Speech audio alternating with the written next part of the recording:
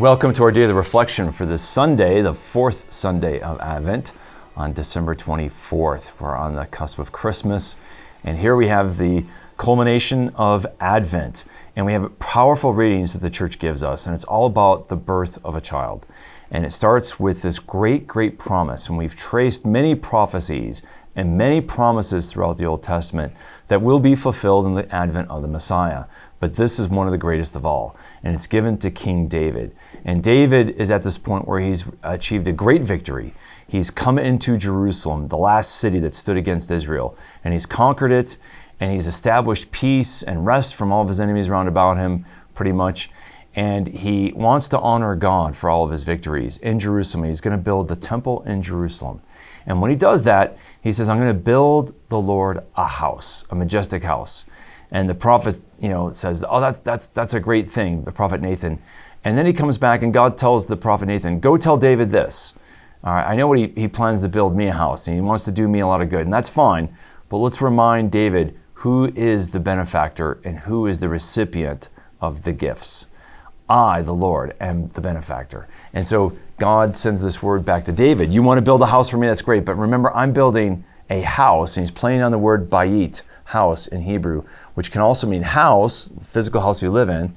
It can also mean your lineage house, your dynasty. And so God's like, you're going to build me a house. I'm building your house. And I'm going to build it forever. In other words, I'm going to build up your line, and I'm going to raise up a future child, a descendant, an heir of your bloodline, who will have this kingdom and your throne, and his kingdom will last forever and ever. That's an enormous promise of a dynasty without end. And that's what God promises to give to David. So basically God's saying to David, you're doing me a favor? Well, just realize I'm going to do you a much bigger one. Right? You think you're the benefactor? No. And it's important for us as we give with charity and support the church and the mission of the church and do other things and help others. We have to realize that in that we're only but a pale imitation of our Father in heaven. He is the true benefactor. We want to imitate him by being benefactors ourselves in a way that we can with the gifts he's given us, but we realize that they're gifts he's given us. And so notice in the text, God says, I took you from the pasture where you had care of the flock, and then I gave you Israel as your flock, right? And then he goes on, he says, and I've been with you wherever you went, and I have destroyed your enemies. God's reminding David, all your success was me being with you, right? That's so important. And then he goes on and says, what he will do for David, I will make you famous. I will give you a dynasty that will last forever. So we get all those promises. And then we get Psalm 89, which recounts these sworn oaths, these promises that become a covenant to David, of God promising a kingdom that will have no end. And so we hear about God swearing these promises. And of course, one of the greatest promises is, you're going to have an heir, a descendant, and I will be like a father to him, and he will be like a son. Now, that will be literally fulfilled when Jesus is born of the line of David, Jesus, who is the true Son of God the Father. And of course, we see that fulfillment with this great gospel where the angel Gabriel tells Mary, who is betrothed to a man of the house of David, that she will bear God's son. And of course, Mary and Joseph of the line of David will allow for this literal fulfillment of God's ancient and spectacular promise to David. And of course, the angel tells Mary, you will conceive in your womb and bear a son.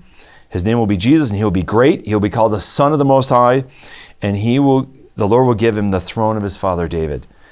And he will rule over the house of Jacob forever, and his kingdom will have no end. Wow. His kingdom will have no end. And of course, when we hear that this kingdom will have no end, we know, if we know scriptures, that this is the fulfillment of the promise to David in 2 Samuel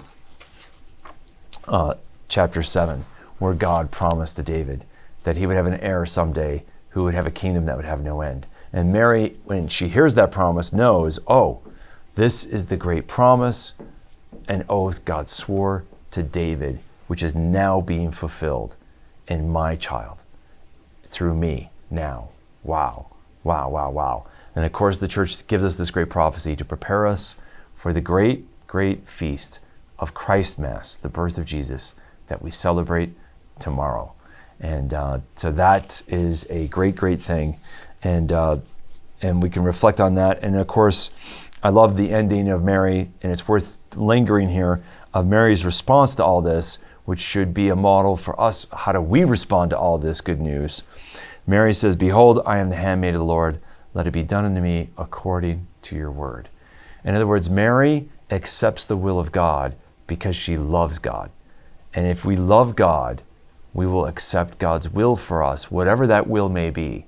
And so let's ponder in our hearts, as Mary did, that we too can say with Mary, "Lord, we are your servant. Be it done unto us according to your word." We love the will of God, whatever it is, because we love God. And the more we love God, the more we will lovingly accept his will, no matter what it is, in our lives. Let's ponder that today. May the Lord bless and keep you.